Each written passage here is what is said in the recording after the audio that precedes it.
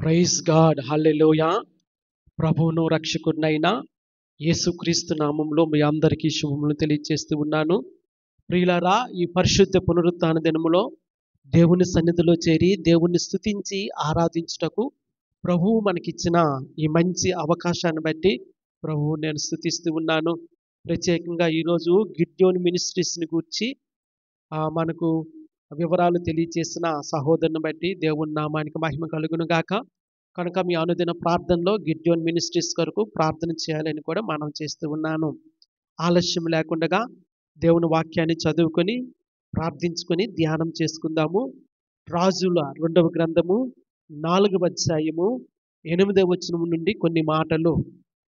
ఆ దినమందు ఎలీషా షూనేము పట్టణమునకు పోగా అచ్చట గనురాలైన ఒక స్త్రీ భోజనమునకు రమ్మని అతని బలవంతము చేసెను. గనుక ఆ మార్గమున వచ్చినప్పుడల్లా ఆమె ఇంట భోజనము చేయుచు వచ్చెను. కాగా ఆమె తన పెనిమిటిని చూసి, మన యొద్దకు వచ్చుచూ పోవుచున్నవాడు భక్తిగల దైవజనుడని నేను ఎరుగుదును. కావున మనము అతనికి గోడ మీద ఒక చిన్న గది కట్టించి అందులో అతని కొరకు మంచము, బల్ల, పీట, దీపస్తంభము నుంచుదుము. అతడు మన యొద్దకు వచ్చినప్పుడల్లా అందులో బస చేయవచ్చునని చెప్పాను. ఆ తరువాత అతడు అక్కడికి ఒకానొక దినమున వచ్చి ఆ గదిలో చూచి అక్కడ పరుండెను. ప్రార్థన చేసుకుందాము. పరిశుద్ధుడైన తండ్రి, ప్రేమ కలిగిన ఆయన, వందనాలు చెల్లిస్తూ ఉన్నాను. జీవము కలిగిన తండ్రి, జీవాధిపతి, కృతజ్ఞతలు చెల్లిస్తూ స్తుతిస్తూ ఉన్నాను. మహాగణుడువు, మహోన్నతుడువు, సర్వశక్తిమంతుడువు, పరిశుద్ధుడువు నీవు గనుక వందనాలు చెల్లిస్తూ ఉన్నాను. ఈ పరిశుద్ధ పునరుత్థాన దినములో మీ పాద సన్నిధిలో చేరి మిమ్మల్ని స్తుతించి ఆరాధిస్తూ ఉంటుండగా దాసుడు తన యజమానుడి వైపు చూస్తూ ఉండినట్లుగా, దాసురాలు తన యజమానురాలు చేతి వైపు చూస్తూ ఉండినట్లుగా మీ వైపు ఆశతో చూస్తూ ఉన్నాము దేవా. మీరు మాతో మాట్లాడండి, మమ్మల్ని దర్శించండి, మీ కృప చూపించమని ప్రార్థన చేస్తూ నిండు మనసుతో వందనాలు చెల్లిస్తూ స్తుతిస్తూ ఉన్నాను. పరిశుద్ధాత్మ దేవా, మాకు పరిచర్య చేయమని ప్రార్థిస్తూ ఉన్నాను. కృతజ్ఞతలు చెల్లిస్తూ స్తుతిస్తూ యేసు నామములో స్తుతించి ప్రార్థిస్తూ ఉన్నాను, కొనియాడుతూ ఉన్నాను. జీవము గల పరమ తండ్రి, ఆమేన్. దై విల్ బి డన్, నీ చిత్తము నెరవేర్చబడునుగాక అనే ఈ సిరీస్లో ప్రియులారా, ఆయా దైవజనులు, ప్రవక్తులు, రాజులు వారి యొక్క జీవితాల్లో నుంచి అనేక పాఠాలను మనం నేర్చుకుంటూ ఉన్నాం. గడిచిన వారములో దైవజనుడు, ప్రవక్త అయిన ఎలీషాను గురించి ధ్యానం చేయడం మనం ప్రారంభించాము. ప్రియులారా, ఈ వారములో అదే సంగతిని లేదా ఆ దైవజనుని గురించి ఇంకను మనం ధ్యానం చేద్దాము. ప్రియులారా, గడిచిన వారములో చెప్పిన కొన్ని సందర్భాలు మరొకసారి నేను మీకు జ్ఞాపకం చేస్తాను. ప్రియులారా, ఎలీషా సమర్పణ చూసినట్లయితే ఆయన పని చేస్తూ ఉంటుండగా, అరకలను దున్నుతూ ఉంటుండగా ప్రియులారా, ఏలియా అతన్ని సమీపించి ఆ దుప్పటిని తన మీద వేయగా ఆయన వెంటనే స్పందించి ఆయనను వెంబడించినట్లుగా మనం చూస్తూ ఉన్నాం. ప్రియులారా, దేవుడు సేవ కొరకు, పరిచర్య కొరకు పిలిచినప్పుడు వెంటనే ఉన్న పాటున పరిచర్యకు అప్పగించుకోవాలనే మంచి పాఠాన్ని గడిచిన వారంలో మనం చెప్పుకున్నాము. దేవుని నామానికి మహిమ కలుగును గాక. యేసుక్రీస్తు ప్రభు వారు కూడా శిష్యులను పిలిచినప్పుడు వారు తమ వలలను విడిచిపెట్టి, తమ తండ్రిని విడిచిపెట్టి దేవుని సేవ కొరకై సమర్పించుకున్నట్లుగా, దేవుని చేతిలో బలమైన సాధనాలుగా వారు వాడబడినట్లుగా మనము చూసి ఉన్నాము. దేవుని నామానికి మహిమ కలుగును గాక. కనుక ఉన్న పాటున దేవుని పరిచర్యకు సమర్పించుకోవడము, లేదా వెళ్ళే వారిని పంపించడము, లేదా పరిచర్యలో తోడ్పడడం అనేది ఆశీర్వాదకరమైన సంగతిని మరొకసారి జ్ఞాపకం చేస్తూ ఉన్నాను. ప్రియులారా, పరిచర్యలో దైవజనుడైన ఏలియాతో ఆయన ఉండినప్పుడు ఏలియా పరమునకు తిరిగి కొనుపోబడినటువంటి ఆ సమయం వచ్చినప్పుడు నాకు 2 పాళ్ళ ఆత్మ అభిషేకం కావాలి అని ఎలీషా అడిగినట్లుగా మనం చెప్పుకున్నాము. ప్రియులారా, ఏదో స్వార్థముతో ఆ మాట ఆయన అడగలేదు. జరిగించవలసిన పరిచర్య బహు బలమైనది గనుక, జరిగించవలసిన పరిచర్య గొప్పది గనుక, రెండింతల పాళ్ళు ఆత్మ నా మీదకు రావాలని ఆయన అడిగినప్పుడు దేవుడు ఆ విధముగా ఇచ్చినట్లుగా మనం చూస్తూ ఉన్నాము. కనుక ఆయనలో గొప్ప విశ్వాసం ఉంది. ఆయనలో ధైర్యం ఉంది. అందుకే ఏలియా దుప్పటిని తీసుకొని యొర్దాను నది మీద కొట్టగా, యొర్దాను నది 2 పాయలుగా విడిచిపోగా, ఆరిన నేలలో ఆయన నడిచి వెళ్ళినట్లుగా మనం చూస్తూ ఉన్నాము. దేవుడు తన సేవకుడిని ఎత్తి పట్టుకొని అనేకమైన అద్భుతాలు చేస్తూ ఉండినట్లుగా గడిచిన వారంలో మనం చెప్పుకున్నాము. ప్రియులారా, అందులో ఒక సందర్భము, యెరికో ప్రాంతం అంతా చూడడానికి చాలా సుందరమైన పట్టణము, ప్రాంతమంతా చాలా ఆహ్లాదకరంగా ఉంది. కానీ అక్కడున్న నీళ్లు మంచివి కాదు అని దేవుని వాక్యములో మనం చదువుకున్నాం. ఆ సంగతి ఎలీషా వినినప్పుడు, ప్రియులారా, ఉప్పును ఒక పాత్రలో తీసుకుని రమ్మని చెప్పి, ఆ పాత్రలో ఉన్న ఉప్పును అక్కడ ఎక్కడైతే ఆ జలము వస్తూ ఉందో, ఆ ఊట వస్తూ ఉందో అక్కడ పోసినప్పుడు ఆ నీరు, కలుషితమైన నీరు మంచినీరుగా మారిపోవడం అనేది మనం చూస్తూ ఉన్నాము. దేవుడు చేస్తున్నటువంటి అద్భుతము. దేవుని నామానికి మహిమ కలుగును గాక. హల్లెలూయా. ప్రియులారా, ఆ నీరు మంచిదిగా మారింది. అక్కడి నుండి క్షేమము, అక్కడి నుండి ఆశీర్వాదం అనేది ఆ పట్టణానికి వచ్చినట్లుగా చూస్తూ ఉన్నాం. అలాగే గడిచిన వారములో విధవరాలైనటువంటి ఒక ప్రవక్త యొక్క భార్యను గురించి మనం చూసి ఉన్నాము. ఆమె ఆ అప్పుల వారు వచ్చి తన కుమారులను బానిసలుగా, లేకపోతే తన కుమారులను పనికి బలవంతం చేస్తూ ఉండినప్పుడు దైవజనుని దగ్గరికి ఆమె వచ్చి ఆ సంగతిని వివరించినప్పుడు, నీ ఇంటిలో ఏమున్నదో అది నాకు తెలియచేయమని దైవజనుడు అడిగినప్పుడు, నా ఇంటిలో ఒక నూనె కుండ తప్ప మరి ఏమీ లేదు అని ఆమె చెప్పినప్పుడు, ఆ నూనె కుండ ఆయన వినియోగించుకొని గొప్ప అద్భుతాన్ని చేసినట్లుగా మనం చూసి ఉన్నాము. తన కుమారులు ఇరుగు పొరుగు ఇంటికి వెళ్ళి ఖాళీ పాత్రలను తీసుకొని వచ్చి, ప్రియులారా, అక్కడ ఉంచగా ఆ ఖాళీ పాత్రల్లో నూనె సమృద్ధిగా నింపబడింది. ఇంకా వాళ్ళు పాత్రలు తేలేనంతగా ఆ ఆ పాత్రలన్నీ నూనెతో నింపబడినప్పుడు దైవజనుడి దగ్గరికి వచ్చి ఆ సంగతి ఆమె తెలియచేసినప్పుడు, ప్రియులారా, అక్కడ నూనె నిలిచిపోయింది. దైవజనుడు చెప్పిన మాట, నీవు ఆ నూనె నమ్మి నీ అప్పును తీర్చుకుని మిగతా వాటితో జీవనము కొనసాగించు అని దైవజనుడు సలహా ఇవ్వడం మనం చూస్తూ ఉన్నాం. ప్రియులారా, గడిచిన వారంలో చెప్పుకున్నటువంటి ఒక ఆత్మీయ సంగతి, ఖాళీగా ఉన్న వాటిని దేవుడు నింపుతాడు. దేవుని నామానికి మహిమ కలుగును గాక. ఖాళీ పాత్రలను మాత్రమే దేవుడు నింపగలడు. ప్రియులారా, ఐహికమైన విచారాలతోనూ ఈ లోకానుసారమైన కార్యకలాపాలతోనూ నిండిపోయున్న పాత్రలను దేవుడు నింపలేడు. అందుకే దేవుని సన్నిధిలోనికి వచ్చినప్పుడు, ప్రియులారా, జాగ్రత్తగా ఆలకించండి. దేవుని సన్నిధిలోనికి వచ్చినప్పుడు ఒట్టి పాత్రలుగా, ఖాళీ పాత్రలుగా మనం రావాలి. ప్రియులారా, ఖాళీ పాత్రలుగా ఉన్న మనలను దేవుడు నింపి ఆశీర్వదించి పంపిస్తాడు. దేవుని నామానికి మహిమ కలుగును గాక. ఒకసారి గట్టిగా హల్లెలూయా చెబుదామా? హల్లెలూయా, హల్లెలూయా. ప్రియులారా, గడిచిన వారంలో చెప్పుకున్న సందర్భాలు నేను మీకు జ్ఞాపకం చేసి ఉన్నాను. అదే 4వ అధ్యాయంలో ఈరోజు చూసినట్లయితే ఎలీషా అలాగే గనురాలైనటువంటి ఒక స్త్రీ మనకు కనిపిస్తూ ఉన్నారు. 8వ వచనము, ఒక దినమందు ఎలీషా షూనేము పట్టణమునకు పోగా అచ్చట గనురాలైన ఒక స్త్రీ భోజనముకు రమ్మని అతన్ని బలవంతము చేసెను గనుక అతడు ఆ మార్గమున వచ్చినప్పుడల్లా ఆమె ఇంట భోజనము చేయించి వచ్చెను. దేవుని నామానికి మహిమ కలుగును గాక.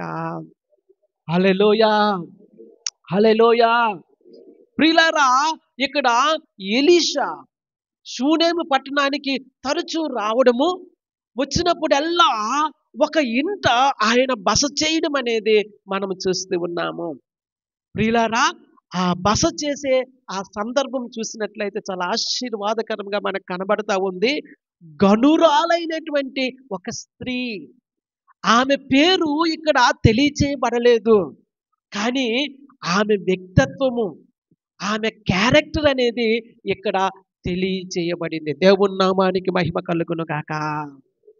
ప్రియులారా, గనురాలామే, మంచి జ్ఞానము కలిగినటువంటి స్త్రీ. ప్రియులారా, అధ్యాయం అంతటిని చదివినట్లయితే ఆమె ఎంత జ్ఞానము కలిగి ఉన్నదో మనకు చాలా స్పష్టంగా అర్థమవుతా ఉంది. సామెతల గ్రంథము 31వ అధ్యాయంలో చూసినట్లయితే అక్కడ గనురాలైన స్త్రీని గురించి, ఆమెకుండే లక్షణాలను గురించి వ్రాయబడి ఉంది. ప్రియులారా, గనురాలైనటువంటి స్త్రీ, ఈమె పేరు మెన్షన్ చేయబడలేదు, కానీ ఆమెకి ఇవ్వబడినటువంటి ఒక గిఫ్ట్ ఏంటంటే, ఆమెకి ఇవ్వబడినటువంటి ఒక నిక్ నేమ్ ఏంటంటే గనురాలైన స్త్రీ. దేవుని నామానికి మహిమ కలుగును గాక. హల్లెలూయా, హల్లెలూయా. గనురాలైనటువంటి ఆ స్త్రీ దైవజనుడు తన ఇంటికి వచ్చి భోజనము చేయలాగున ఆయనను ఆహ్వానిస్తూ ఉంది. ప్రియులారా, ఇది చాలా ఆశీర్వాదకరమైనటువంటి సంగతి. లోకులు ఒక సామెత చెప్తూ ఉంటారు. నాయురాలమ్మ అంటే ఓయ్ అంటదంట. నలుగురికి అన్నం పెట్టమ్మంటే ఊ అంటదంట. నాయురాలమ్మ అంటే ఓయ్, నలుగురికి అన్నం పెట్టమ్మంటే ఊ. ప్రియులారా, అటువంటి స్త్రీ కాదు ఈమె. గనురాలైన స్త్రీ. దైవజనుడు నా ఇంటికి వచ్చి బస చేస్తే, దైవజనుడు వచ్చి నా ఇంటిలో భోజనం చేస్తే నాకు ఆశీర్వాదము, నా కుటుంబానికి ఆశీర్వాదము అని చెప్పి తలంచినటువంటి గనురాలైనటువంటి స్త్రీ, దేవుని సేవకునికి ఆతిథ్యం ఇచ్చినటువంటి స్త్రీ. దేవుని నామానికి మహిమ కలుగును గాక. ప్రియులారా, బైబిల్ స్కూల్లో నేను ఎప్పుడూ చెప్తూ ఉంటాను ఒక సంగతి ఏంటంటే, అపోస్తలుడైన పౌలు గారు అంత గొప్ప పరిచర్య చేయడానికి, అంత గొప్ప సేవ చేయడానికి, అనేక ప్రాంతాల్లో దేవుని సువార్తను ప్రకటించడానికి, దేవుని సువార్త దండయాత్రలు చేయడానికి కారణం ఏంటో తెలుసా? ఆయన ఎక్కడికి వెళ్ళినా, ఏ ప్రాంతానికి వెళ్ళినా, ఏ పట్టణానికి వెళ్ళినా ఆయనను ఆదరించేటువంటి ఒక కుటుంబము అపోస్తలుడైన పౌలు గారికి ఎప్పుడు ఉంటారు. ఆ కుటుంబం పేరు అకుల ప్రిస్కిల్లా. దేవుని నామానికి మహిమ కలుగును గాక. ప్రియులారా, దేవుని సేవ జరగాలి అంటే, దేవుని పరిచర్య జరగాలి అంటే, దేవునికి సేవ చేసేవారు, సహకారులు దైవజనునికి కావాలి. ప్రియులారా, చాలా ఆశీర్వాదకరమైనటువంటి సంగతి. ఎవరైనా దైవజనుడు మీ ఇంటిలోకి వచ్చి నివాసం చేయాలనుకున్నప్పుడు, లేదా ఆతిథ్యము పొందాలనుకున్నప్పుడు ఎవరు ఆటంక పెట్టొద్దు ప్రియులారా.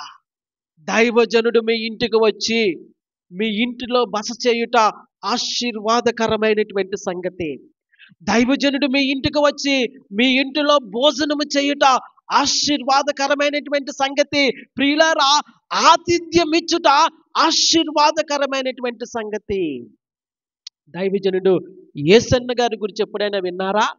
ఆయన సాక్ష్యం మీరు వినే ఉంటారు. ప్రియులారా, ఆయన ఏ చోటుకి వెళ్ళినా, ఏ గ్రామానికి వెళ్ళినా ఆయన్ని ఆదరించేవారు, ఆయనకు భోజనం పెట్టేవారు, ఉండేవారు. దేవుని నామానికి మహిమ కలుగును గాక.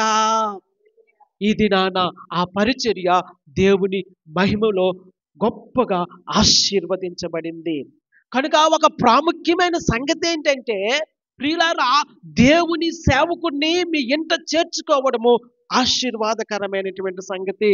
దేవుని సేవకుడు వచ్చినప్పుడు తలుపు వేయడం అనేది మంచిది కాదు, లేదా రావద్దని చెప్పడము మంచిది కాదు. రానివ్వండి, మీ ఇంటి దగ్గర ఏది ఉంటే అది, మంచి నీళ్ళే ఇవ్వండి, మజ్జిగ నీళ్ళే ఇవ్వండి, లేదా మీ ఇంటిలో భోజనం ఉంటే భోజనం పెట్టండి, టీ ఇవ్వండి, కాఫీ ఇవ్వండి. మీ ఇంటిలో ఏది ఉంటే అది ఇచ్చి దేవుని సేవకుని ఘనపరచండి. అది గొప్ప ఆశీర్వాదమైన సంగతిని నేను మీకు జ్ఞాపకం చేస్తూ ఉన్నాను. దేవుని నామానికి మహిమ కలుగును గాక. హల్లెలూయా, హల్లెలూయా. ప్రియులారా, గొప్పకి కాదు కానీ ఒక ఆశీర్వాదకరమైన సంగతి చెప్తాను. నేను మా గ్రామంలో ఉండినప్పుడు మాకు దేవుని పరిచర్య చేయటానికి ఒక సేవకుడు వస్తూ ఉండేవారు. ఆయన ఎంతో ప్రయాసపడి పరిచర్య చేయడానికి వస్తూ ఉండినప్పుడు ఆయన్ని ఆదరించేవారు మా ఊర్లో ఎవరు ఉండేవారు కాదు. కానీ ప్రియులారా, మా అమ్మగారు ఆయన్ని ఆదరించి భోజనము పెట్టి మంచం వేసి చక్కగా ఏర్పాట్లు చేస్తూ ఉండేది. ఆ ఆశీర్వాదాన్ని ఈ దినాన్ని నేను అనుభవిస్తా ఉన్నాను. దేవుని నామానికి మహిమ కలుగును గాక. హల్లెలూయా, హల్లెలూయా. విసుగు కొనక భోజనము సిద్ధపరిచి, విసుగు కొనక కావలసిన ఏర్పాట్లు. అప్పుడు మాకేముండేది కాదు, ఒక చిన్న పురిల్లే, ఒక చిన్న నులక మంచమే. కానీ ప్రియులారా, చక్కగా మాకు తోచినంతగా భోజనం తయారు చేసి పెట్టి ఆయన్ని అక్కడ పరుండు పెట్టి నేను కాలు ఒత్తుతా ఉండేవాడిని. ఆయనతో పాటు ప్రయాణం చేసి వెళ్ళేవాడిని. ప్రార్థన అయిన తర్వాత ఆయన్ని సైకిల్ మీద తీసుకుని వచ్చేవాడిని. ఇంటికి వచ్చేటప్పటికి రాత్రి 12, 1 గంట, ఒక్కోసారి 2 గంటలు అయ్యేది. అయినప్పటికీ కూడా ఆయనకు పరిచర్య చేయడం అనేది మా జీవితాల్లో దేవుడు మాకిచ్చినటువంటి భాగ్యము. దేవుని నామానికి మహిమ కలుగును గాక. ప్రియులారా, ఆతిథ్యం ఇచ్చుట ఆశీర్వాదకరమైన సంగతి. దేవుడు అబ్రహాముతో చెప్పాడు, నేను నిన్ను ఆశీర్వదిస్తా ఉన్నాను, నేను నీకు సంతానం ఇస్తూ ఉన్నానని చెప్పాడు. కానీ అనేక సంవత్సరాలు అయిన తర్వాత కూడా దేవుడు తన వాగ్దానాన్ని అబ్రహాము పట్ల జరిగించకపోవడం మనం చూస్తూ ఉన్నాము. కానీ ఆదికాండం 18 అధ్యాయంలోకి వచ్చినప్పుడు 3 దేవదూతలు ఆయన్ని సందర్శించిన తర్వాత కష్టం అనుకోకుండా అబ్రహాము ఆ దేవదూతలకు ఆతిథ్యం ఇచ్చిన తర్వాత వారు చెప్పిన మాట ఏంటో తెలుసా? వచ్చే సంవత్సరము ఇటువంటి రోజుకి శారా కుమారుణ్ణి కంటూ ఉంది. ప్రియులారా, ఆతిథ్యంలో ఆశీర్వాదం ఉంది. సనుగు కొనక, అయిష్టంగా కాక దేవుని సేవకుణ్ణి ఆశీర్వదించడం లేదా ఆతిథ్యం ఇవ్వడం అనేది చాలా ప్రాముఖ్యమైన సంగతి అని ప్రభువు పేరట నేను మీకు జ్ఞాపకం చేస్తూ ఉన్నాను. దేవుని నామానికి మహిమ కలుగును గాక. ఒక గనురాలైనటువంటి స్త్రీ, ఈమె గనురాలు ఎందుకైందంటే ఆతిథ్యం ఇవ్వడానికి ఇష్టపడింది. చదువుదామ మాట 9వ వచనము.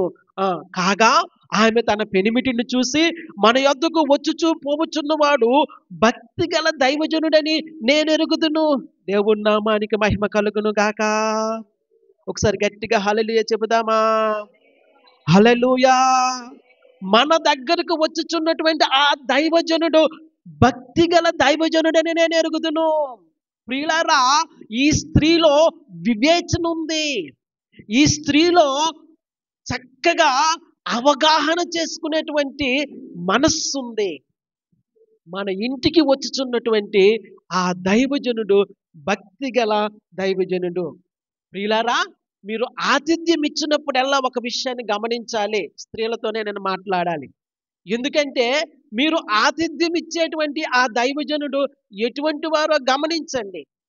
ఆయన ప్రవర్తనలో కానీ, ఆయన తీరులో కానీ ఏదైనా పొరపాటు కనిపించినట్లయితే అవాయిడ్ చేయడం మంచిదే. అదేంటి, ఇప్పటికిప్పుడే పాస్టర్ గారు మాట మార్చేస్తా ఉన్నారు. ముందేమో దైవజన్ని చేర్చుకోవాలి అని అన్నారు, ఇప్పుడేమో అవాయిడ్ చేయండి అని అంటూ ఉన్నారు అని అనుకుంటూ ఉన్నారా? అలాగ అనుకున్న వాళ్ళందరూ ఒకసారి గట్టిగా హల్లెలూయా చెప్పండి. ప్రియులారా, వివేచన కలిగి ఉండాలి. దేవుని నామానికి మహిమ కలుగును గాక. ఈ గనురాలైన స్త్రీ వివేచన కలిగి ఉంది. నా ఇంటికి వస్తున్నటువంటి ఆ దైవజనుడు ఏ విధముగా ఉన్నాడో భక్తి గల దైవజనుడని నేను ఎరుగుదును. వివేచన కలిగి ఉండండి. దేవుని నామానికి మహిమ కలుగును గాక. ఒకసారి గట్టిగా హల్లెలూయా చెబుదామా? హల్లెలూయా, హల్లెలూయా. మన ఇంటికి వచ్చుచూ పోవచ్చున్నటువంటి ఆ దైవజనుడు భక్తిగల దైవజనుడని నేను ఎరుగుదును. కావున మనము అతనికి గోడ మీద ఒక చిన్న గది కట్టించి అందులో అతని కొరకు మంచము, బల్ల, పీట, దీపస్తంభము నుంచుదుము. దైవజనుడని ఎరిగి దైవజనునికి కావలసినటువంటి ఆ వసతులన్నింటినీ, ఏర్పాట్లన్నింటినీ ఆమె చేయించడానికి తన భర్తతో మాట్లాడుతా ఉంది. దేవుని నామానికి మహిమ కలుగును గాక. హల్లెలూయా! హల్లెలూయా! ప్రియులారా, ఆతిథ్యం ఇవ్వాలి. అలాగే వివేచన కలిగి ఉండాలి. వారికి కావలసినటువంటి ఏర్పాట్లు మనము చేయగలిగిన వాటిలో చెయ్యాలి. దేవుని నామానికి మహిమ కలుగును గాక. హల్లెలూయా! హల్లెలూయా! మన ఇంట్లో ఎయిర్ కండిషన్ లేకపోవచ్చు, ఫ్యానే ఉందేమో. దైవజనుని పిలవండి, ఫ్యాన్ కింద కూర్చోబెట్టండి. దేవుని నామానికి మహిమ కలుగును గాక. మన ఇంట్లో భోజన పదార్థాలు లేకపోవచ్చు, ఆ దినానికి లేదా ఆ ఆ ఆ పూటకు లేకపోవచ్చు. కానీ దైవజనుడు వచ్చినప్పుడు మనకు కలిగినది ఏది ఉందో భోజనము పెట్టండి. దేవుని నామానికి మహిమ కలుగును గాక. హల్లెలూయా! కనుక ప్రియులారా, ఆతిథ్యం ఇచ్చుట మంచిది. హెబ్రీ పత్రికలో ఒక మాట ఉంది. ఆ మాట చదువుదాం చూడండి.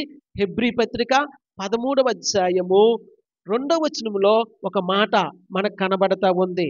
హెబ్రీలకు రాసిన పత్రిక, హెబ్రీ పత్రిక 13వ అధ్యాయము 2వ వచనంలో లేదా మొదటి వచనంలో, హెబ్రీ పత్రిక 13వ అధ్యాయము 1 నుంచి, సహోదర ప్రేమ నిలువురముగా ఉండనియుడి, ఆతిథ్యము చేయ మరొకటి, దాని వలన కొందరు ఎరుగకయే దేవదూతలకు ఆతిథ్యము చేసిరి. దేవుని నామానికి మహిమ కలుగును గాక. హల్లెలూయా! హల్లెలూయా! ఆతిథ్యము చేయ మరొవద్దు. వారు ఎరుగకనే దేవదూతలకు ఆతిథ్యం ఇచ్చినట్లుగా దేవుని వాక్యము సాక్ష్యం ఇస్తా ఉంది. కనుక ప్రియులారా, ఆతిథ్యం అనేది మన క్రైస్తవ జీవితంలో ఒక భాగమై ఉన్నదనే సంగతిని జ్ఞాపకం పెట్టుకుంటూ ఉండాలి. దేవుని నామానికి మహిమ కలుగును గాక. కనుక అక్కడ చూసినట్లయితే ఆమె అన్ని ఏర్పాట్లు చేస్తూ ఉంది. దైవజనునికి కావలసిన ఏర్పాట్లను చేస్తూ ఉంది. దేవుణ్ణి సేవ చేస్తూ ఉంది. అందుని బట్టి దేవుణ్ణి స్తుతించుదాము. సరే, ఇంకా దేవుని వాక్యాన్ని చదివినట్లయితే చూద్దాము. 10వ వచనములో, కావున మనము అతనికి గోడ మీద ఒక చిన్న గదిని కట్టించి అందులో అతని కొరకు మంచము, బల్ల, పీట, దీపస్తంభము ఉంచుదుము. అలాగే 12వ వచనం చూసినట్లయితే, పిమ్మట అతడు తన దాసుడైన గెహజీని పిలిచి, అంటే ప్రవక్త అయినటువంటి ఎలీషా తన దాసుడైన గెహజీని పిలిచి ఏమన్నాడంటే, ఈ షూనేమీయురాలిని పిలువమనగా వాడు ఆమెను పిలుచును. ఆమె వచ్చి అతని ముందర నిలువబడినప్పుడు అతడు, నీవు ఎంత శ్రద్ధాభక్తులు మా యందు కనపరిచితివి, నీకు మేమేమి చేయవలెను? రాజుతోనైనను సైన్యాధిపతితోనైనను నిన్ను గూర్చి నేను మాట్లాడవలనని కోరుచున్నావా అని అడుగుమని గెహజీకి ఆజ్ఞ ఇయ్యగా వాడు ఆ ప్రకారము ఆమెతో అనెను. అందుకామె, నేను నా స్వజనులలో కాపురమున్నానెను. దేవుని నామానికి మహిమ కలుగును గాక. అందుకు ఆమె, నా స్వజనులలో నేను కాపురమున్నానెను. ప్రియులారా, దైవజనుడు ఏదైనా ఒక కోరిక అడిగి, మీకు ఏమి కావాలో కోరుకో అని అన్నప్పుడు మనమైతే ఏం చేస్తాం?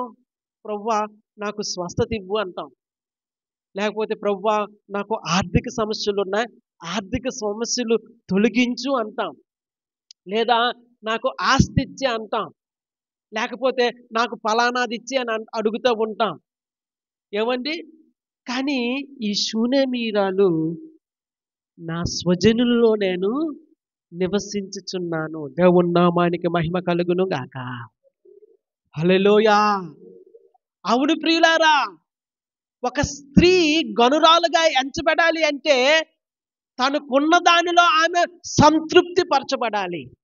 నిజానికి ఆమెకు ఒక వెలుతుంది. నిజానికి ఆమెలో ఒక ఆశ ఉంది. కానీ ఆ వెలితిని ఆమె దేవుని సేవకుని ఎదుట బయలుపరచలేదు. ప్రియులారా, నేను సంతృప్తిగా ఉన్నాను, నా స్వజనుల మధ్యలో ఉన్నాను అని తన సంతృప్తిని తెలియచేస్తూ ఉంది. ప్రియులారా, కొన్నిసార్లు కొంతమంది దేవుడు ఎంత ఇచ్చినా సంతృప్తి ఉండదండి. ఇంకా కావాలి, ఇంకా కావాలి, ఇంకా కావాలి. అటువంటి వారిని ఏమంటారో తెలుసా? జలగ అంటారు. జలగ అంటే తెలుసా? దానికి రెండు వైపులా నోరుంటది. రెండు వైపుల నుంచి రక్తం పీల్చేస్తూ ఉంటది. ప్రియులారా, జలగ జీవితం వద్దు. దేవుడు మనకి ఇచ్చిన దానితో సంతృప్తి చెందుదాము. నమ్మిన వారందరూ గట్టిగా హల్లెలూయా చెప్పండి. దేవుడు మనకి ఇచ్చిన దానితో. స్త్రీల్లో ఉండేటువంటి ఒక చెడ్డ గుణం ఏంటంటే, వాళ్ళకి అది ఉంది, నాకు అది లేదు. వాళ్ళకి ఇల్లు ఉంది, నాకు ఇల్లు లేదు. వాళ్ళకి కారు ఉంది, నాకు కారు లేదు. వాళ్ళకి బంగారం ఉంది, నాకు బంగారం లేదు. వాళ్ళకి పట్టు చీరలు ఉన్నాయి, నాకు పట్టు చీరలు లేవనేటువంటి ఇటువంటి ఆలోచనే తప్ప, ప్రియులారా, ఉన్నది దేవుడు నాకు ఇచ్చింది దానితో నేను సంతృప్తి చెందుతాననే ఆశ స్త్రీల్లో ఉండదు. పురుషుల్లో కూడా మీరేం పెద్ద ఆ, మగ పురుషులు లేకపోతే అని కాదు. దేవుడు మనకి ఇచ్చిన దానితో సంతృప్తి పడాలి. ఈమె కోరుకోవచ్చు, కొన్ని మణుగుల బంగారం కోరుకోవచ్చు, వెండిని కోరుకోవచ్చు, ఐశ్వర్యాన్ని కోరుకోవచ్చు, ఏదైనా కోరుకోవచ్చు.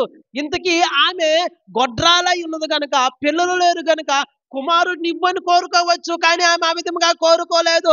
నేను నా జనులలో నివాసమున్నాను, అంత మట్టుకు చాలును అని దేవుని సేవకుని ఎదుట ప్రత్యుత్తరం ఇస్తూ ఉంది.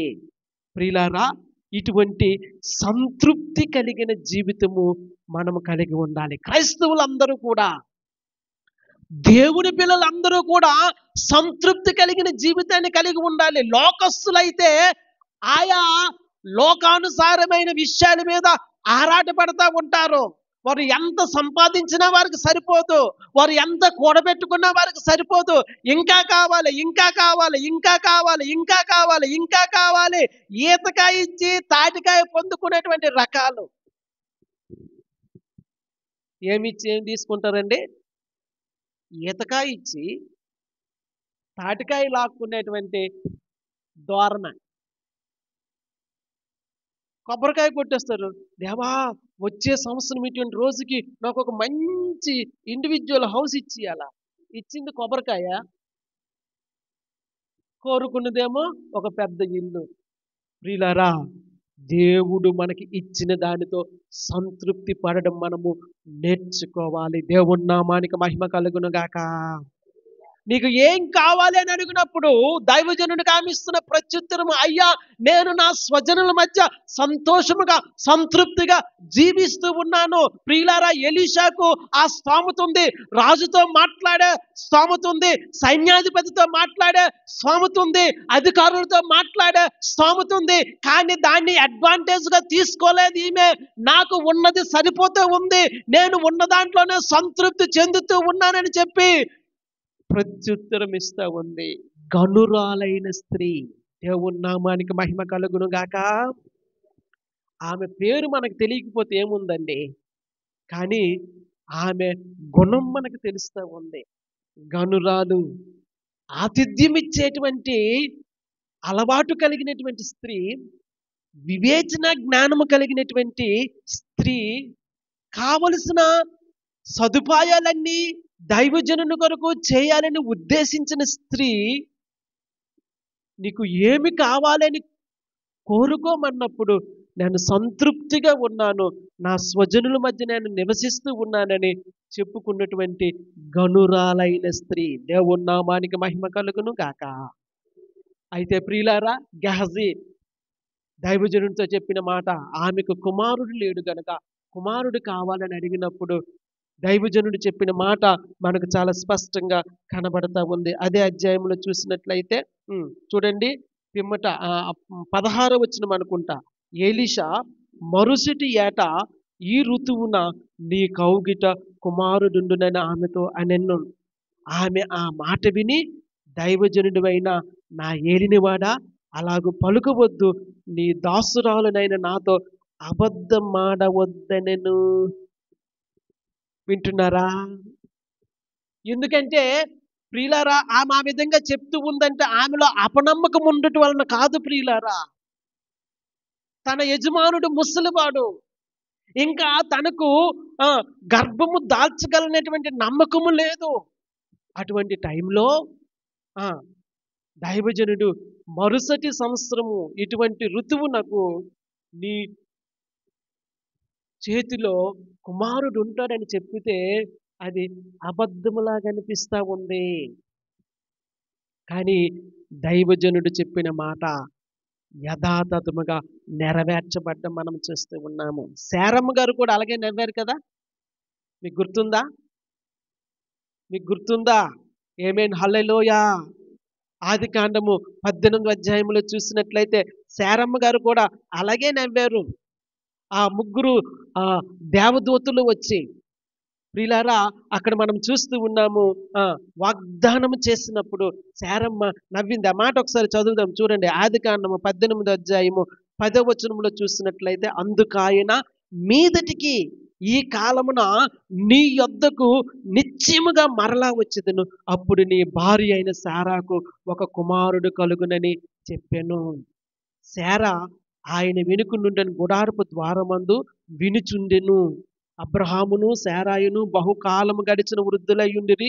స్త్రీ ధర్మము శారాకు నిలిచిపోయిన గనుక శారా, నేను బలము ఊడిగిన దాననైన తరువాత నాకు సుఖము కలుగునా, నా యజమానుడు వృద్ధుడై ఉన్నాడు కదా అని తనలో నవ్వుకొనెను. ప్రియులారా, దేవునికి అసాధ్యమైనది ఏదీ లేదు. దేవుని నామానికి మహిమ కలుగును గాక. మృతతుల్యమైన శారా గర్భాన్ని తెరువ చేయగలిగిన దేవుడు ఆయన. అద్భుతాన్ని చేయగలిగిన దేవుడు ఆయన. ఆయనకు అసాధ్యమైనది ఏదీ లేదు. దేవుని వాక్యం మనకు తెలియచేస్తూ ఉంది. మీదటికి వచ్చే సంవత్సరము ఇటువంటి దినానికి శారా గర్భంలో కుమారుడు ఉంటాడు అని చెప్పినప్పుడు శారా ఆ మాట నమ్మలేదు. ప్రియులారా, వారికి కనబడుచున్నటువంటి ఒక హేతుబద్ధమైన సంగతి ఏంటంటే, నా భర్త ముసలివాడైపోయాడు, నేను ముసలిదాన్నే, స్త్రీ ధర్మం నిలిచిపోయింది కనుక ఈ సమయంలో నేను గర్భము ధరించగలనా? ప్రియులారా, ఒక సంగతి ఎప్పుడు కూడా మనము ఆలోచన చెయ్యాలి. ఒకవేళ అబ్రహాము దేవుని మీద విసిగిపోయి, దేవుడు వాగ్దానం చేసి ఇన్ని సంవత్సరాలు అయ్యిందే, దేవుడు ఇంకా నన్ను దర్శించలేదేంటి, తను చెప్పిన మాట ప్రకారము నాకు కుమారుని అనుగ్రహించలేదేంటి అని అనుకోవచ్చు. కానీ దేవుని ప్రణాళిక వేరు, మనుష్యుని యొక్క ప్రణాళిక వేరు. దేవుని యొక్క ఆలోచన వేరు, మనుష్యుని యొక్క ఆలోచన వేరు. దేవుడు చేసే కార్యాలు వేరు, మనుష్యుడు ఆలోచించిన కార్యాలు వేరు. ప్రియులారా, అబ్రహాము అయ్యో మేము ముసలివారం అయిపోయాము, మాకు ఎప్పుడు దేవుడు తన వాగ్దానాన్ని మా జీవితాల్లో నెరవేరుస్తాడో, ఇదిగో సంవత్సరాలు గడిచిపోతూ ఉన్నా అని అబ్రహాము ఆలోచన చేయవచ్చు. కానీ దేవుడు పైనుంచి ఏం ఆలోచన చేస్తూ ఉన్నాడంటే, అబ్రహాము నీవు ముసలివాడు అవ్వాలి, అప్పుడు నేను కుమారుడిని నీకు అనుగ్రహిస్తాను. అయ్యో మేము ముసలివారం అయిపోతూ ఉన్నాము, నా భార్య స్త్రీ ధర్మం నిలిచిపోయింది, ఎప్పుడు దేవుడు తను చేసిన వాగ్దానాన్ని మా జీవితాల్లో నెరవేరుస్తాడని నిరాశతో ఉండినప్పుడు దేవుడు అబ్రహాం వైపు చూస్తున్న సంగతి, నీవు ఎప్పుడు ముసలివాడివి అయిపోతే అప్పుడు నేను నీకు కుమారుడిని అనుగ్రహిస్తాను. నీకు బలం ఉన్నప్పుడు, నీకు వయస్సున్నప్పుడు నేను నీకు కుమారుడిని అనుగ్రహిస్తే నీ బలము వలన, నీకున్నటువంటి శక్తి వలన నీవు కుమారుని కన్నట్లు అనిపిస్తూ ఉంటుంది. కానీ నీ బలం ఉడిగిపోయిన తర్వాత, నీ శక్తి ఉడిగిపోయిన తర్వాత, శారా యొక్క గర్భము నిలిచిపోయిన తర్వాత, స్త్రీ ధర్మము నిలిచిపోయిన తర్వాత అప్పుడు నేను కుమారుడిని అనుగ్రహిస్తే అది దేవుడు చేసిన కార్యం అవుతా ఉంటుందని బోధించడానికి దేవుడు అలాగా ఎదురు చూస్తూ ఉన్నాడు. హల్లెలూయా, హల్లెలూయా. దేవుడు ఎదురు చూస్తూ ఉన్నాడంటే ప్రియులారా, ఆయన ఆలస్యము అలక్ష్యము కాదు. ఆయనకు ఒక సమయం ఉంది. ఎన్ని సంవత్సరాలైనా అవనివ్వండి, ఎన్ని సంవత్సరాలైనా సాగనివ్వండి. ప్రియులారా, ఆయన వాగ్దానం చేశాడంటే ఆ వాగ్దానాన్ని ఆయన తప్పక నెరవేరుస్తాడు. ఇది మన బలం వలన కాక, మన శక్తి వలన కాక, మన ఆలోచన వలన కాక, మన ఉద్దేశం వలన కాక, మనం అనుకున్నప్పుడు సమయంలో కాకుండా దేవుడు ఉద్దేశించిన సమయంలో, దేవుడు ఉద్దేశించిన తలంపు చొప్పున దేవుడు తాను చేసిన వాగ్దానాన్ని మన జీవితాల్లో నెరవేర్చే ఆ సమయం వస్తూ ఉంటుంది ప్రియులారా. కనుక ఆ సమయం కొరకు కనిపెట్టుకొని ఉండాల్సిందే. దేవుని కార్యాన్ని మనం చూడగలుగుతాం. ఎన్ని సంవత్సరాలైనా అవనివ్వండి, అది ఏ విషయంలోనైనా, ఒక కుటుంబం విషయంలో కావచ్చు, ఒక వివాహం విషయంలో కావచ్చు, లేదా ఒక ఉద్యోగం విషయంలో కావచ్చు, ఒక చదువు విషయంలో కావచ్చు, లేదా అనారోగ్యం విషయంలో కావచ్చు. ఏ విషయమైనా దేవుడు నీ పట్ల వాగ్దానం చేసినట్లయితే అది తప్పక నెరవేరుస్తాడు. తనదైన సమయంలో దానిని నెరవేరుస్తాడు. దేవుని నామానికి మహిమ కలుగును గాక. దేవుడు నా జీవితంలో ఒక వాగ్దానం చేశాడు. ఆ వాగ్దానము దేవుడు నాతో మాట్లాడినప్పుడల్లా నిజంగా నేను సిగ్గుపడతా ఉంటాను. నాకు సిగ్గు అనిపిస్తూ ఉంటుంది. కానీ ప్రతిసారి దేవుడు నన్ను బలపరుస్తూ జ్ఞాపకం చేస్తూ ఉంటాడు. అది నా జీవితంలో ఇంకా జరగలేదు. అది ఎప్పుడు జరుగుతుందో నాకు తెలియదు. కానీ నేను నమ్ముతూ ఉన్నాను, దేవుడు నా జీవితంలో నిర్ణయించిన, నిర్దేశించిన ఆ కార్యము తప్పక నెరవేర్చబడతా ఉంటుంది. దేవుని నామానికి మహిమ కలుగును గాక. హల్లెలూయా. ప్రియులారా, ఇక్కడ చూసినట్లయితే ఈ శూనేమీయురాలు నాతో అబద్ధం ఆడొద్దు దైవజనుడా, ఎందుకంటే అది అసాధ్యమైన సంగతి. ఇన్ని సంవత్సరాలు నేను కనిపెట్టాను. ఇంతమంది పనివారు నా చేతి క్రింద ఉన్నారు, కానీ నాకు ఒక కొదువు ఉంది, నాకు కుమారుడు లేడు. కానీ నువ్వు చెప్తూ ఉన్నావు కుమారుని కంటావు అని, అది అబద్ధంలాగా నాకు అనిపిస్తూ ఉంది. ప్రియులారా, అది అవిశ్వాసము కాదు, కానీ తన బలహీనతను ఆ స్త్రీ ఇక్కడ తెలియచేస్తూ ఉంది. దేవుని నామానికి మహిమ కలుగును గాక. హల్లెలూయా. ప్రియులారా, దేవుడు తన వాగ్దానం చెప్పున ఆమెను దర్శించగా ఆ మరుసటి సంవత్సరము ఆమె కుమారుణ్ణి కనింది. అయితే దేవుడు కుమారుడిని ఇచ్చిన తర్వాత పరీక్ష పెట్టడం కూడా మనం చూస్తూ ఉన్నాం. అబ్రహాము జీవితంలో కూడా అంతే కదా. నీకు ప్రియమైనటువంటి, నీకు ఇష్టమైనటువంటి నీ కుమారుడిని నాకు ఇయ్యగలవా? దేవుని నామానికి మహిమ కలుగును గాక. హల్లెలూయా.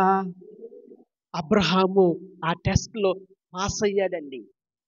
ఆమేన్. హల్లెలూయా. ఇదేంటి టెస్ట్ అంటున్నారు, పరీక్ష అంటున్నారు, అబ్రహాం ఎప్పుడు స్కూల్కి వెళ్ళారు అని అనుకోకండి. ప్రతి ఒక్కరి జీవితాల్లో ఒక పాఠశాల ఉంటుంది. ఆ పాఠశాల పేరేంటో తెలుసా? విశ్వాసం అనే పాఠశాల. ఈ విశ్వాసం అనే పాఠశాలలో ప్రతి ఒక్కరు కూడా పరీక్షించబడతారు. దేవుని నామానికి మహిమ కలుగును గాక. అబ్రహాము విశ్వాసం అనే పాఠశాలలో వెళుతూ ఉన్నాడు. తనకిష్టమైన పాత్రగా దేవుడు అతన్ని తయారు చేయడానికి ఉద్దేశిస్తూ ఉన్నాడు. అందులో ఒక చివరి పాఠము నేర్పించాలి. అదేంటో తెలుసా?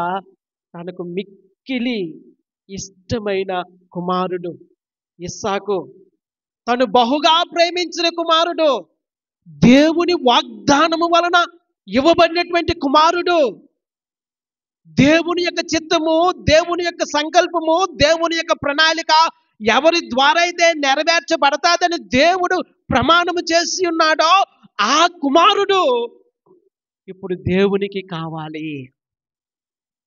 పరీక్షలో అబ్రహాము నెగ్గాడు ప్రియులారా. దేవుని నామానికి మహిమ కలుగును గాక. మరలా సంగతిని నేను బోధించాలని ఆశపడట్లేదు, కానీ మీ అందరికీ తెలిసిన సంగతి అదే. ఆ పరీక్షలో అబ్రహాము నెగ్గాడు, ఇస్సాకును తిరిగి బహుమానముగా పొందుకున్నాడు. దేవుని నామానికి మహిమ కలుగును గాక.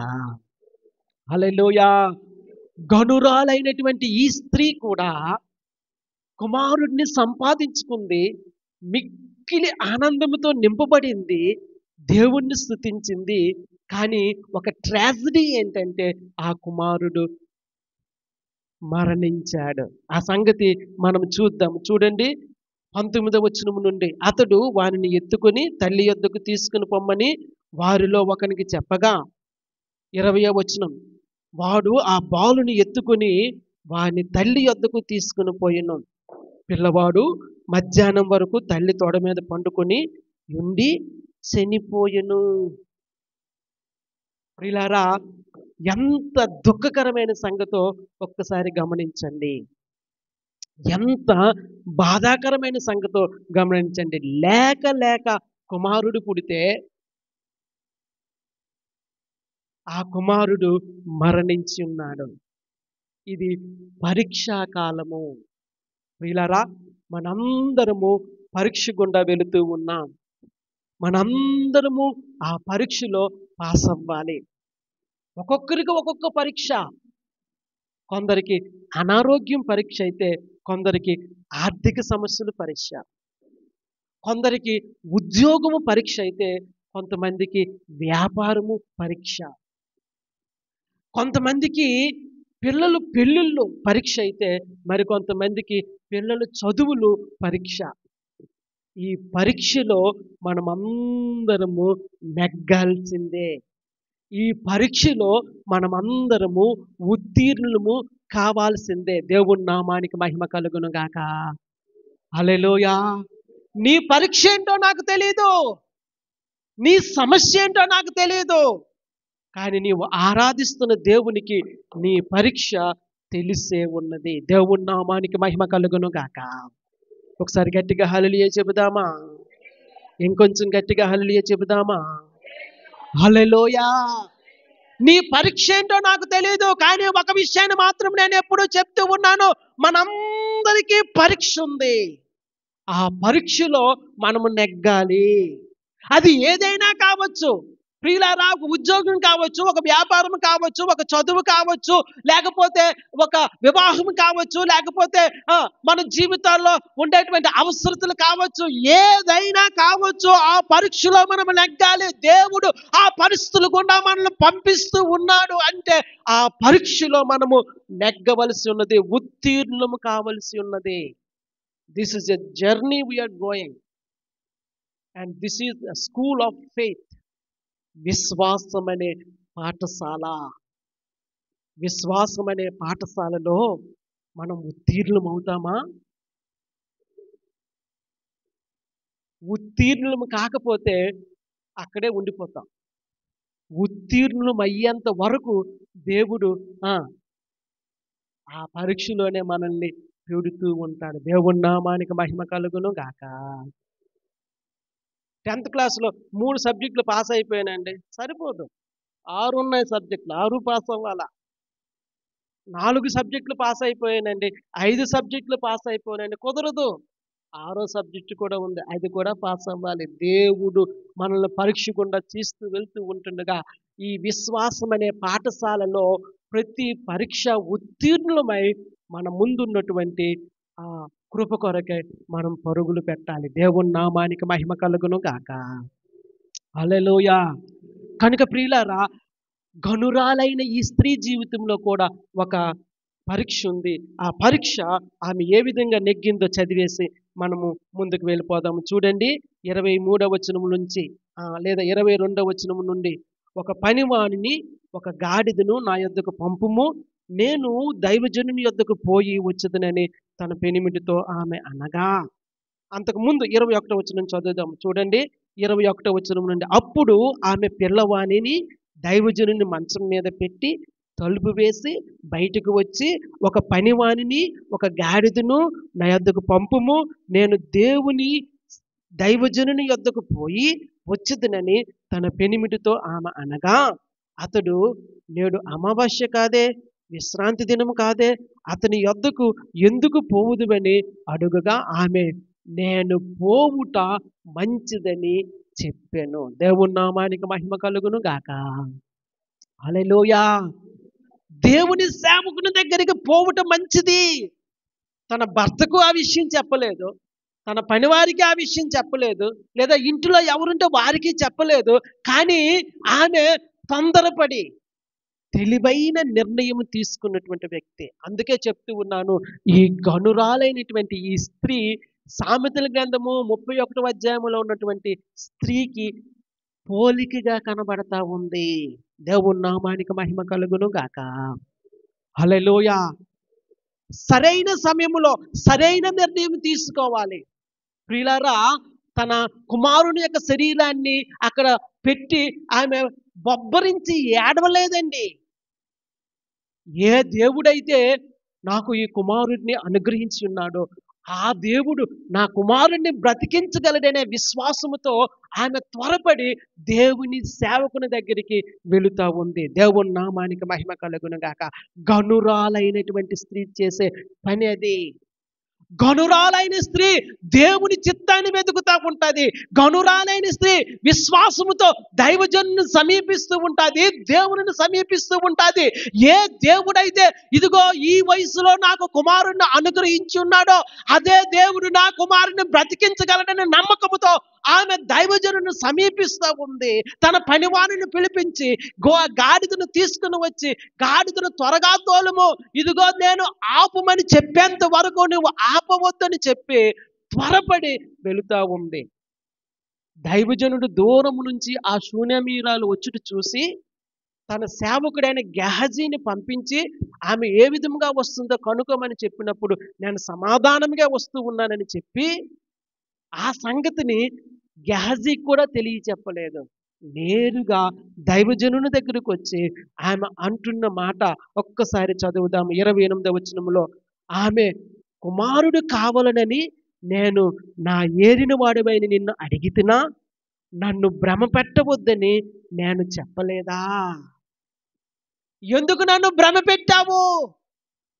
నేను కుమారుడు కావాలని అడిగానా? అప్పుడు అర్థమైంది దేవుని సేవకునికి. అంతవరకు యెహోవా ఆ సంగతిని దేవుని ప్రవక్తకు బయలుపరచలేదు. కానీ ఈమె వెళ్ళి ఆయనతో ఆ సంగతి చెప్పినప్పుడు ఆయన సంగతి అంతా గ్రహించుకొని తన దండాన్నిచ్చి గెహజీని పంపించి ఇదిగో ఈ దండాన్ని ఆ పార్థివ శరీరం మీద ఉంచమని ఆజ్ఞాపించినప్పుడు ఆమె చెప్పుతున్న మాట ప్రియులారా చాలా మంచి మాట.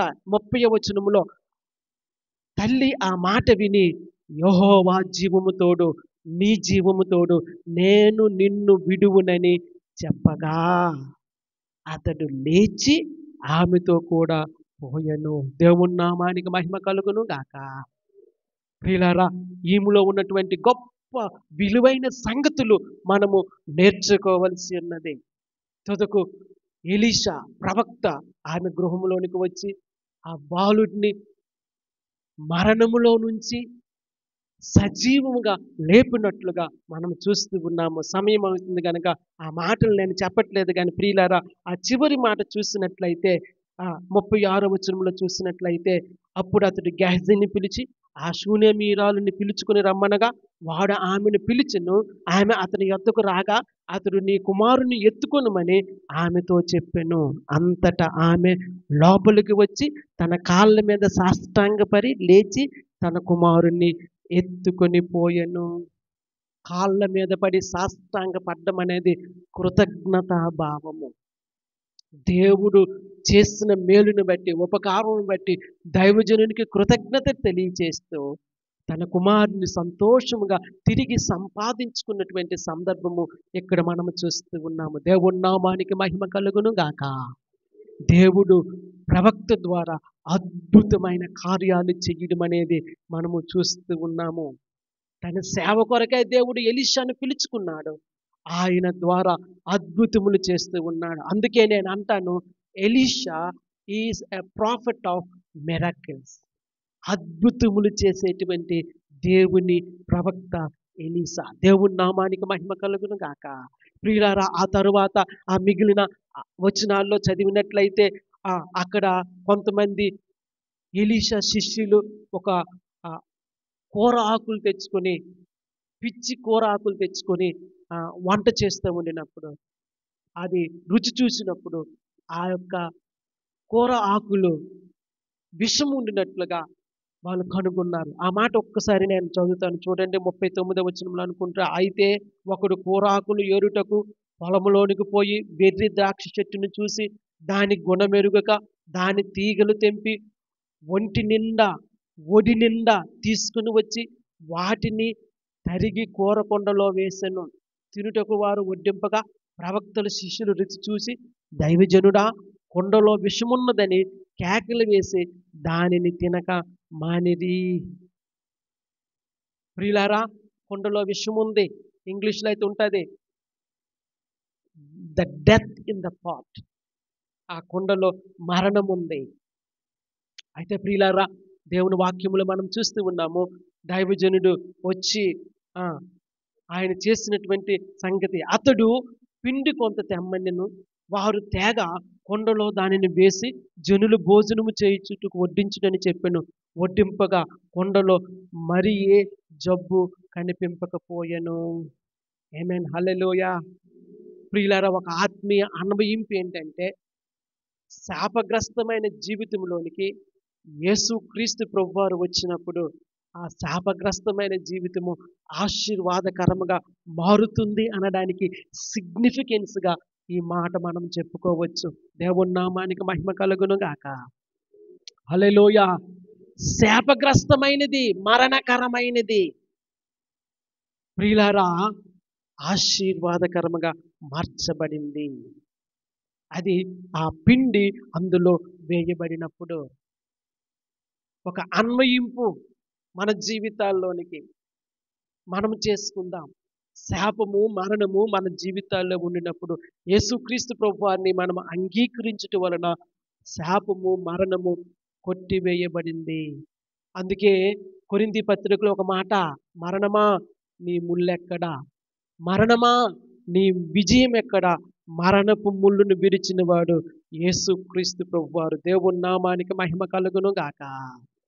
హల్లెలూయా. అటు తర్వాత చూసినట్లయితే కొద్ది ఆహార పదార్థాలు దేవుని సేవకునికి ఇవ్వబడినప్పుడు, అది వారికి వడ్డించాలి అనుకున్నప్పుడు, ఆ కొద్ది ఆహార పదార్థాలు 100 మందికి సరిపోవు అనే ఒక ప్రశ్న వచ్చింది.